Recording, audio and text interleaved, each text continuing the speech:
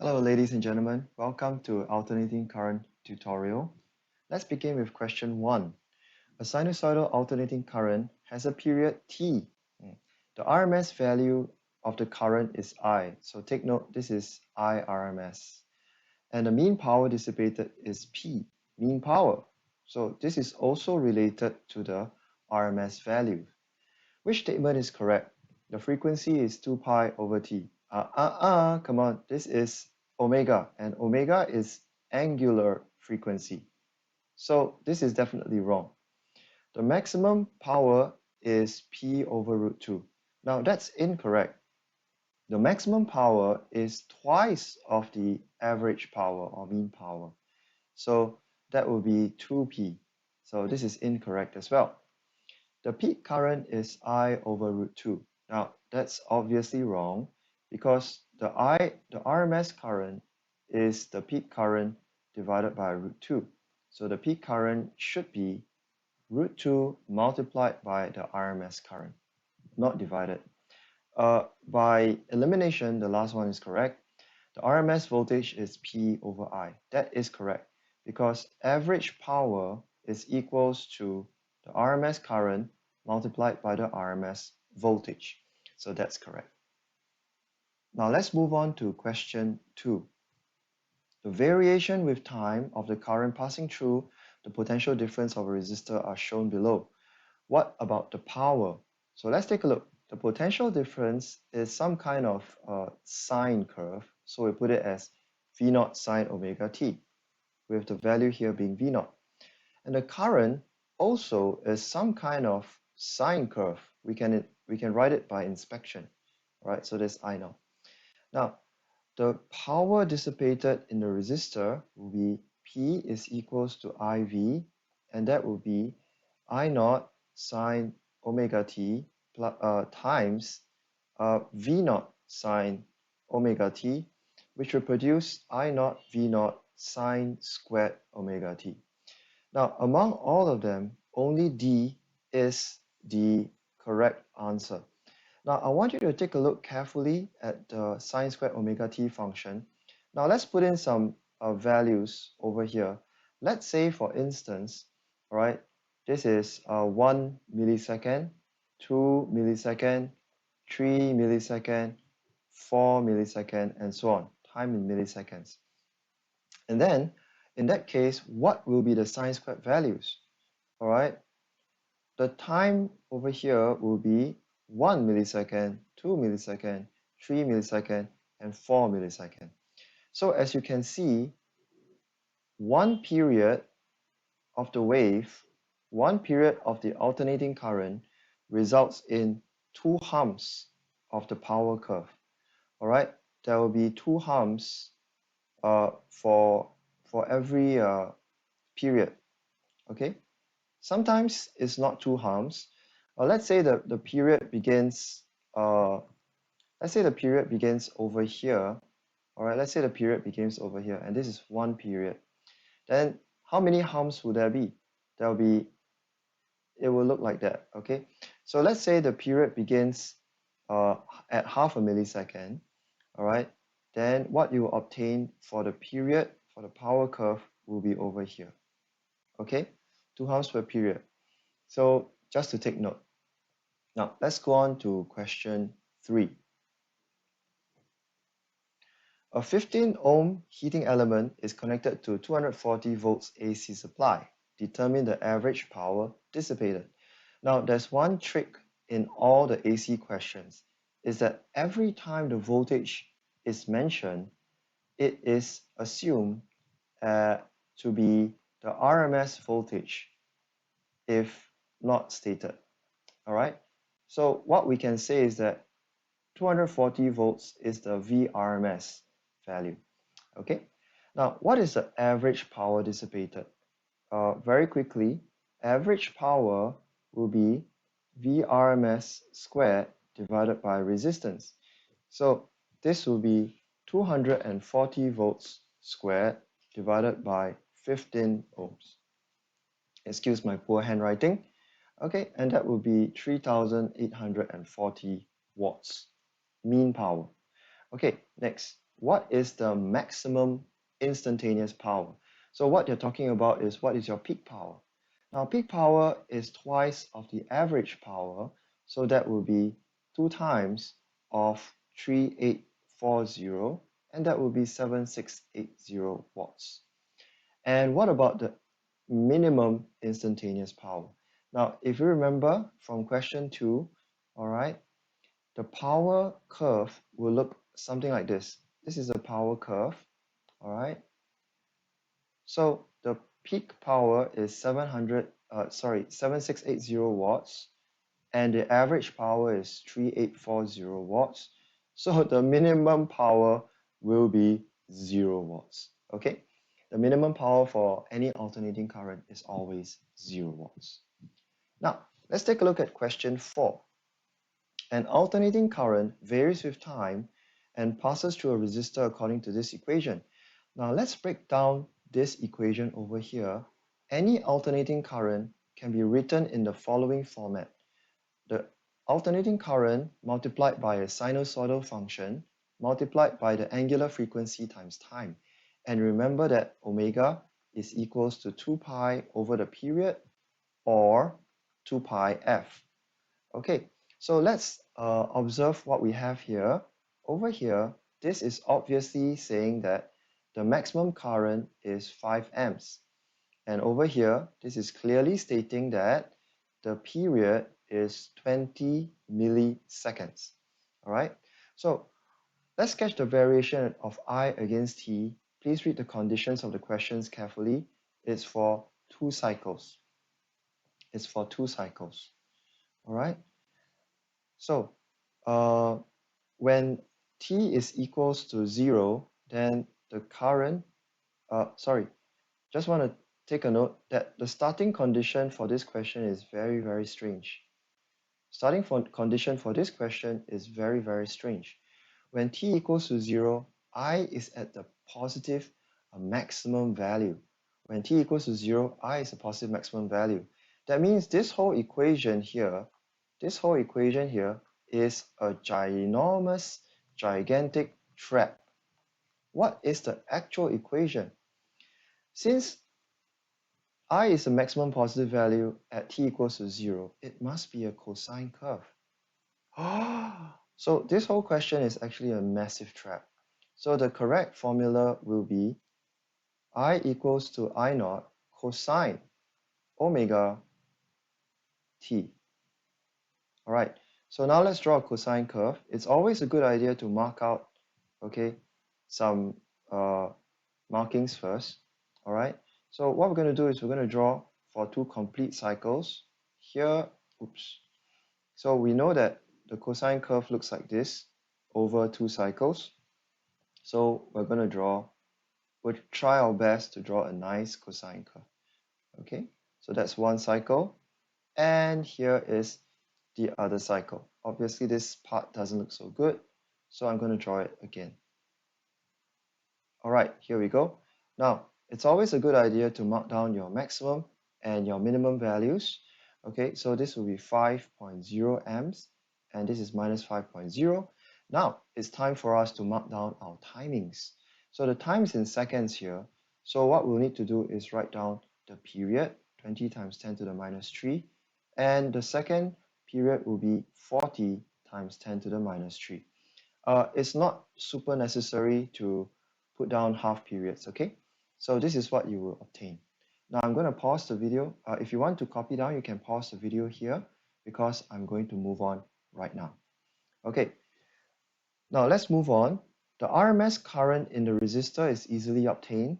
IRMS will be your peak voltage divided by root 2. Okay, so that's 5 divided by root 2, and you will obtain about 3.5 amps. What about your average current? Now this is a trick question. The average current for any alternating current is 0 amps. Why? Because it spends half the time above the x-axis and half the time below the x-axis. So what will happen is that you get 0 amps. So how can that be? How can you have 0 amps and still produce power? Well, that's basically the reason why we use RMS instead of average is because the average current is a zero and it gives us a meaningless result for power. So state and explain which value is used in determining the mean power dissipated in the resistor. So we use RMS values.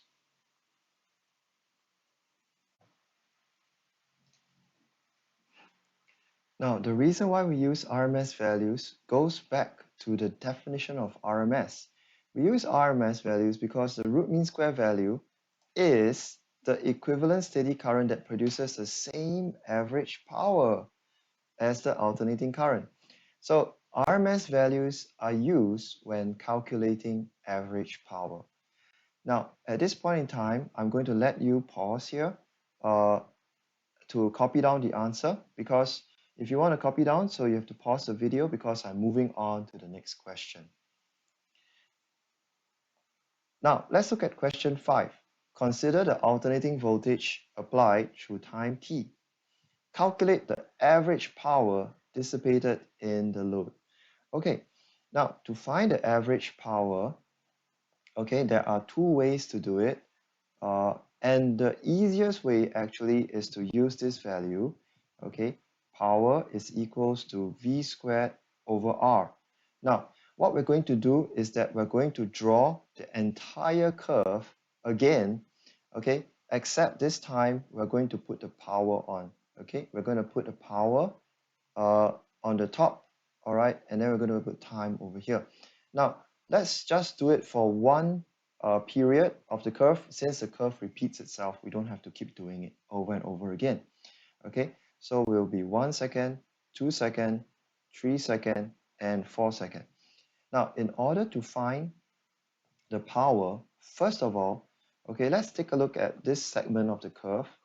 What is the power over here? So what we're going to do is that we're going to do this. P equals to V squared divided by R, 100. So during the first 1 second, this is going to give us 0.36 watts. So during the first 1 second, the power generated will be 0.36 watts. Here we go. Now, what about this part over here? During the second part of the curve, the power generated will be 3 squared minus 3 squared divided by 100 minus 3 squared divided by 100. And this gives us 0.09 watts. It's a positive value, of course, because power is always positive in nature. All right, so for the next 3 seconds, the value of the power will be 0.09. Okay, now to find the average power, it's very simple to take the average. Okay, 1 second of 0.36, so we take the average power. 1 second of 0.36 and 3 seconds of 0.09 watts, and divided by a total of 4 seconds, right? So the average power dissipated in this load will be 0.16 watts, okay? So that's the final answer, 0.16. Next, determine the RMS values of current and voltage. Now to do RMS, let's use the relationship that the RMS values, okay, are related to the average power. Okay, so we can use this. The average power is equals to I RMS squared multiplied by resistance. So this means that the I RMS value will be the square root of average power divided by resistance. So let's do this. It's the square root of the average power, 0.16, divided by the resistance. Okay, so this gives you a value of 0.04 amps. And the same way, the average power will be Vrms squared divided by your resistance. Okay, so this means that Vrms will be the square root of your average power multiplied by your resistance. Okay, so that's 0.16 multiplied by 100, and that gives you 4 volts. Okay, so that is how you do question 5. You may want to pause the video now if you want to take a screen recording. Now let's take a look at question 6, transformers. Okay, so we have a simple transformer over here connected to a variable resistor on the secondary coil. Now we notice that there are fewer coils on the primary coil, all right, compared to the secondary coil, right? So let's look at the transformer equation again. The number of coils on the primary divided by the number of coils on the secondary will give you the voltage of the primary divided by the voltage of the secondary. So which of the following statements enable the output voltage to go down? Now it's pretty hard to compare like that. So what I'm going to do is I'm going to just cross multiply. NPVS is equals to NS VP. So if I want Vs to decrease, if I want the output voltage to decrease, what do I need to change? Increasing cross-sectional area of secondary coil does not matter because there's no area in the formula. Increasing the current of the primary coil also does not matter because the output voltage is not related to I in the formula, all right? And increasing the number of turns of primary coil, that sounds good, okay? Actually, because if I increase the number of turns in the primary coil, I can reduce the voltage in the secondary coil while keeping the rest constant. All right, so C is the correct answer, but in MCQ, we never stop at C. We always look at what's the next answer. Now, the increasing the resistance of the variable resistor. In the formula, there's no R, right? So this is obviously wrong as well. So that's question 6, okay? Now, let's take a look at question 7. Electric power is transmitted from the power station to a substation via a pair of transmission cables after being stepped up to a PD of V. The percentage power loss due to the cables is given by, oh wow, this is a very interesting question. Now, in order to do this question, let's draw an electrical power station. No, let's not draw the electrical power station like that, okay? Let me show you how to draw electrical power station. There we go, power station. All right, of course, the power station will produce an alternating current, but we can always approximate it as a DC current if we use RMS values, okay, and average power. Once we use RMS and average power, it turns basically into a DC question. Now, so we're going to have two resistors on it. One is a cable, and the other one is the substation. All right, so always draw a circuit diagram because otherwise you have no idea what you're doing. So the power station produces a power P, all right, after being stepped up to a potential difference of V. So this is V. Now, so what happens is that the current will then be transmitted through the cable, all right? The current will be transmitted through the cable, and then this is VC, all right? And then the current will go into the substation, all right? The substation will have a current I, and we call this VS, okay? Right, so now we want to find the power loss in the cables. So how do we find the power loss in cables? Power loss in cable, let's see which formula we can use, okay? Let's see which formula we can use. We can use this, power in the cable is equal to I times VC. But wait, oh no, we don't have VC. We don't have VC. So that means we can't use any formula with VC inside. Now the only other formula we can use is I squared R because we know the cable has resistance R. All right. So the power loss in the cables is I squared R. How do we find I? Now we need to find I. Now let's take a look at this over here. The power station puts out a power P and at a voltage of V. So that means the current will be I. So from this, I is equals to P over V. Great.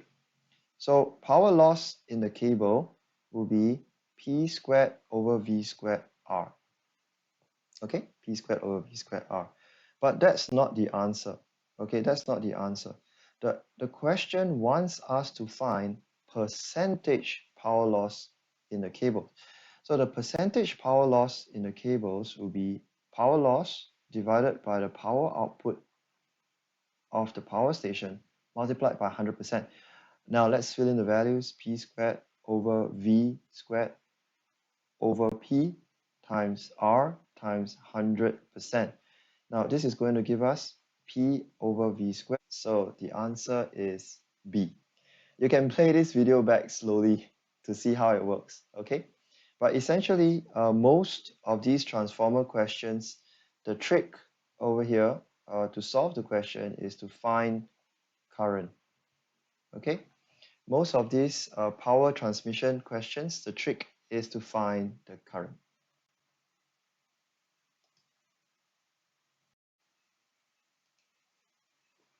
All right, let's take a look at question 8, which is a very standard question for transformers. An ideal step-up transformer has 20 volts across the primary coil and 100 volts across the secondary coil. So this is 20 volts and this is 100 volts over here, okay? And an iron core in the middle. Now, clearly this is a step-up transformer, so the number of turns ratio will be 1:5. Determine the number of turns in the primary coil. For this, we can use the formula that the number of turns in the primary over the number of turns in the secondary is the voltage of the primary divided by the number of the voltage of the secondary. All right, so NP is equals to VP over VS times NS. Let's fill in the values over here. And this will give us 40 turns. Okay, let's take a look at part B. Now, we're going to put a load resistance of 50 ohms connected across the secondary coil. Determine the output power.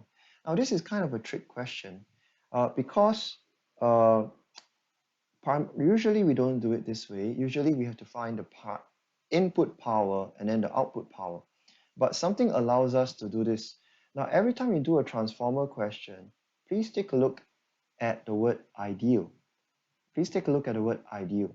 Now, if this is an ideal transformer, you can simply assume, all right, you can simply assume that the voltage of the secondary coil is unaffected when you put a resistor on it, okay? Ideal transformer, so the power of the secondary, the power in the resistor will be V squared of the secondary divided by the resistance, okay? So the output voltage is 100 and the resistance is 50 ohms, okay? This gives us 200 watts output power. All right, so part C, calculate the current in the primary coil, the input. Once again, whenever we talk about current or power, we need to check, is the transformer ideal? Now, if it is ideal, so we can write down the following. An ideal transformer, so the input power will be equal to the output power. All right, so the input power is given by the current in the primary multiplied by the voltage of the primary, right? And we've already found the output power is 200 watts. So all we got to do is fill in the values again. Okay, the voltage of the primary is 20 volts, right? So the input power, okay, will be the input current will be 10 amps. Input current will be 10 amps. All right, last, state and explain two factors that might result in energy losses in the transformers. Okay, so instead of two factors, I'm going to give you four factors, and then we'll also write down the improvements that will prevent these energy losses.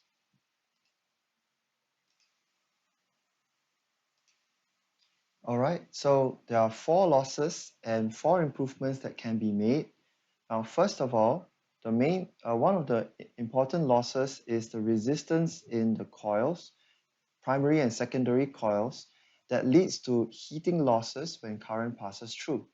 So the improvement that can be made is to use low resistance wires, meaning thick wires made of pure copper. Number two, eddy currents are formed in the iron core because when the flux changes, a Lenz's law says that a current will be set up to resist the change in flux. Now, these currents result in heating losses in the core. Our improvement is to use laminated sheets of iron instead of a solid block to increase the current lengths of the eddy currents and so minimize the heating losses. Number three, flux losses, because the magnetic flux from the primary coil might not be able to be transferred to the secondary coil completely.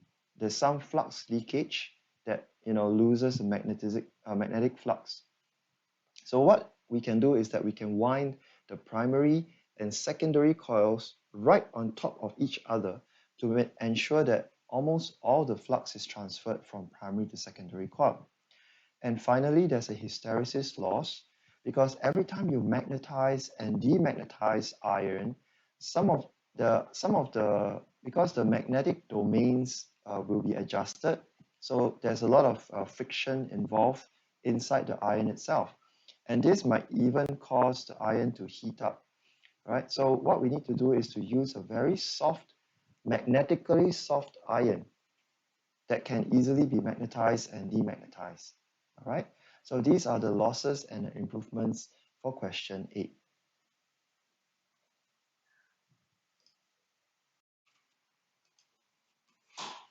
All right, let's go on to question 9. Now, let's take a look at the question very carefully. An ideal 5-to-1 step-down transformer supplies 40 kilowatts at 240 volts RMS. All right, so let's draw the transformer now. So this is 5:1, and it supplies 240 volts to a building, 240 volts and 40 kilowatts. Okay, now the transmission line is connected to the primary coil with a resistance of 1.2 ohms. So this one is coming from the power station, right? This one is coming from the power station.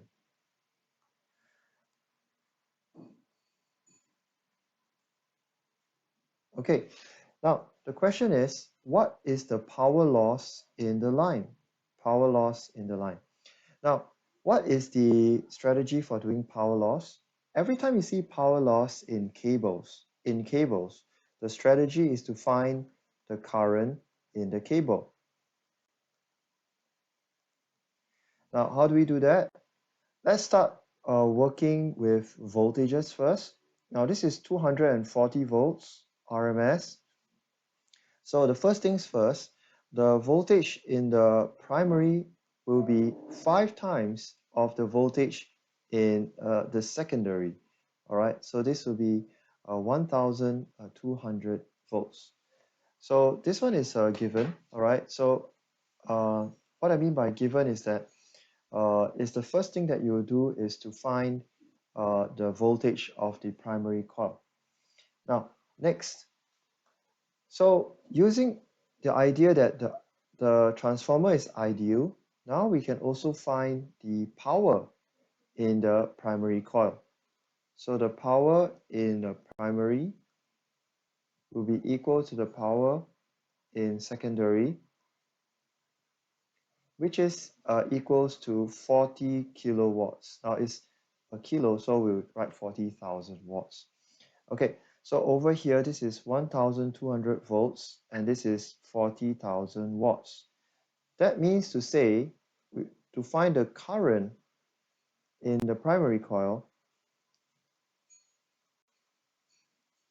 we can use this idea.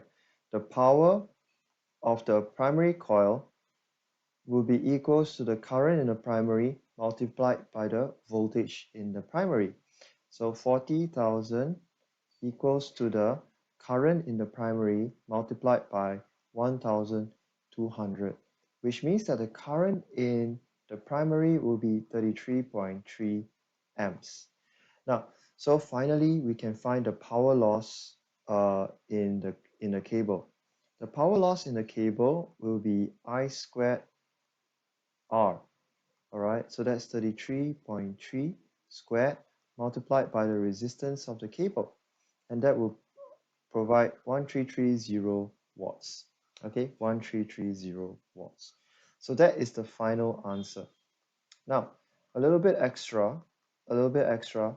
So what's the power output of the power station? Right? The power output of the power station will supply two things. Now, the power output would have to account for the loss in the cables and then also the power supplied to the house.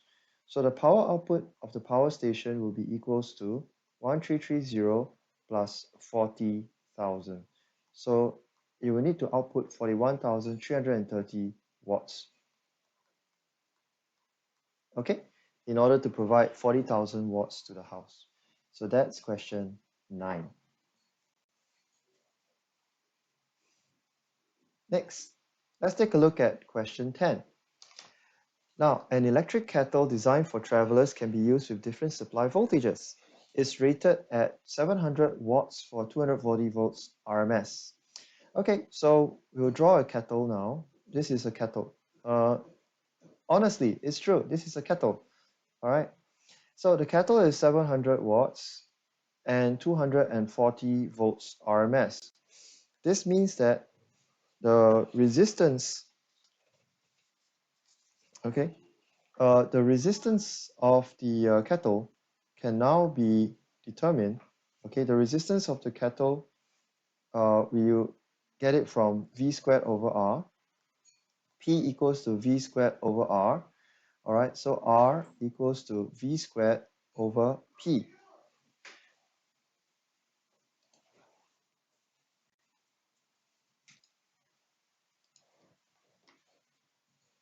All right, so the first thing that we'll do to answer this question is to find the resistance of the kettle, which will be V squared divided by P.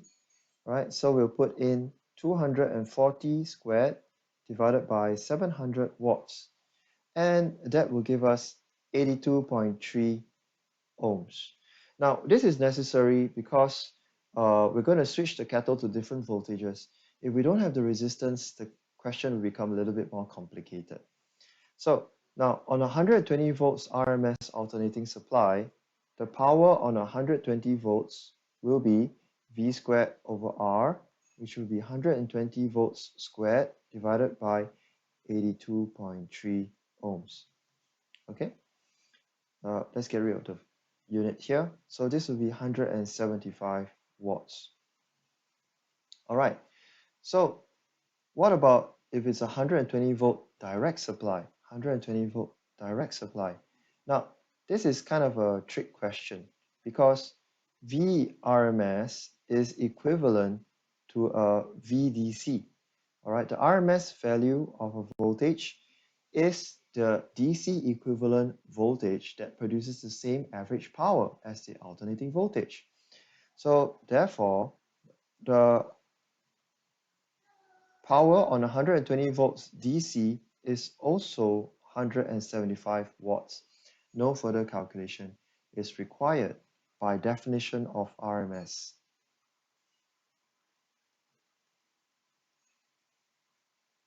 Right, part 2. Draw a labeled diagram of a transformer which can be used to step up 120 volts alternating supply to 240. So all we need to do is to draw a transformer core over here. So 120 volts comes in on this side. So let's just draw the coil winding. All right, the coil winding can be drawn here. All right, so let's say we've got 3 windings over here. Then on this side, we'll need to draw 6 windings. 1, 2, 3, 4, 5, and 6. 6 windings on this side, 240 volts. So it's a 1:2 step up. Okay, and we should have a labeled diagram. So here is the primary coil, and here is the secondary coil, and here is the core of the transformer. And we're done with question 10. Now, next question, question 11, half-wave rectification. The diagram shows an AC supply connected to 4 diodes, 1, 2, 3, 4, and a resistor R. Now, how does this rectifier function? Let's take a look at what happens when this AC current is moving in this direction, that one is positive and one is negative. Now, the current always flows from the positive terminal, and now it has a choice. Should I go into number 2 or should I go into number 4? Uh-oh, number 4 is blocked because the wall is facing me. So I must go through number 2. Now when I reach here, can I go back to number 1? Not possible. So I must go down through the resistor.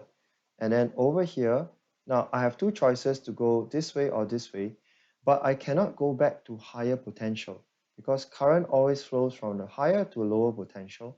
So it will go out in this direction. Okay, so when the polarity is positive on the right and negative on the left, then the current goes down through the resistor. Now let's do the same thing again, but this time reverse the polarity. So I will delete most of the current flows, all right? And then we'll trace it from the left side now. So now if the left side is positive, then the current will go this way.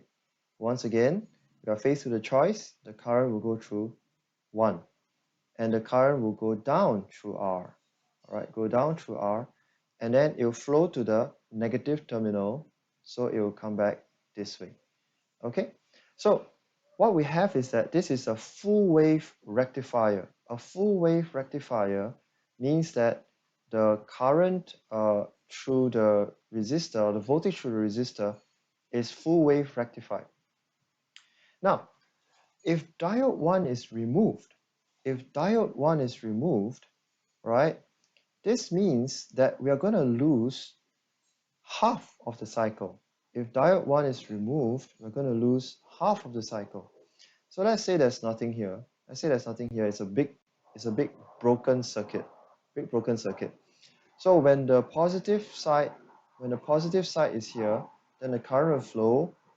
And oh no, we can't go through 3 and we can't go through 1 either. So then during the half cycle, this one becomes a half wave rectifier. Okay, so which of the following traces will be seen if you connect oscilloscope across R and you disable diode 1? You will get a half wave rectified voltage. Okay, and so we have come to the end of our AC tutorial. I hope that was relatively painless. If you have any questions, don't hesitate to ask me either on WhatsApp or on Zoom. Okay, bye-bye.